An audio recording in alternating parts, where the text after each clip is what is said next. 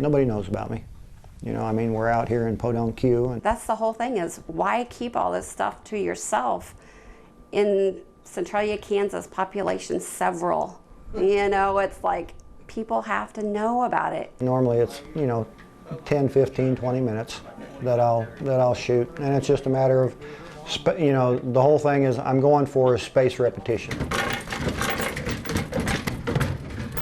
But it's something. Anybody could do what I do if they knew what I know. You won't meet anyone like Bob Fisher. He starts every day in the basement of his farmhouse shooting on a homemade Pop-A-Shot-like contraption. He's part Larry Bird, he's part Albert Einstein, and he even admits he's part Forrest Gump. I can recall when I was sitting in grade school, and the teacher, I think I was in 6th grade, and the teacher came in one day and she said, well, there's this new thing called IQ, and it measures how smart you are. And I'm sitting there thinking, oh, because now the gig is up, you know. But a few years ago, after turning 50, Bob decided he was going to be the best in the world at something. So he turned himself into the best free throw shooter on the planet. The reason I'm the best is because I have 10 Guinness World Records hanging on the wall, and I have 3 more coming.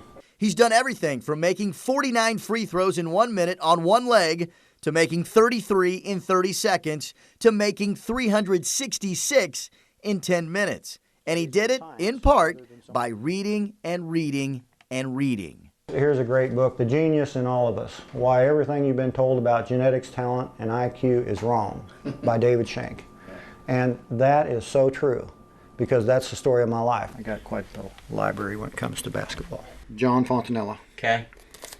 I should be listening to him instead of Bobby Knight. After reading Fontanella's book, that's what I wanted to do, was base my studies on science rather than someone's opinion. The Talent Code by Daniel Coyle, this was my inspiration.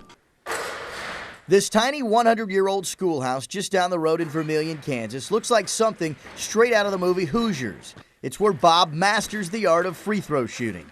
As you can see, there's nothing high-tech about it. I'm just happy to have a place to practice. He's there every night, sometimes with his wife Connie, other times without. Yeah, unique, that's a good word. People around here sometimes say, oh, you're the basketball freak. And it's like, yeah. And the wrist is it's the queen of the chessboard when it comes to shooting.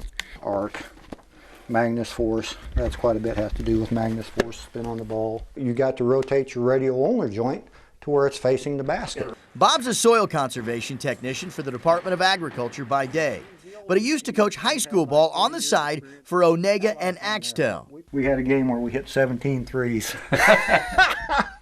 Our post player hit 4. But he admits, you know, I'll just be quite honest, I was not very good. Maybe not coaching a team, but individual shooters. He says he can help any grade school, junior high, high school, college, or NBA player that's willing to learn.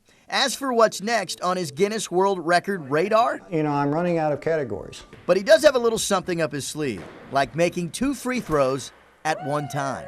Did you get it? Reporting for Off the Bench, off the beaten path in Centralia, Kansas, I'm Brad Fanning.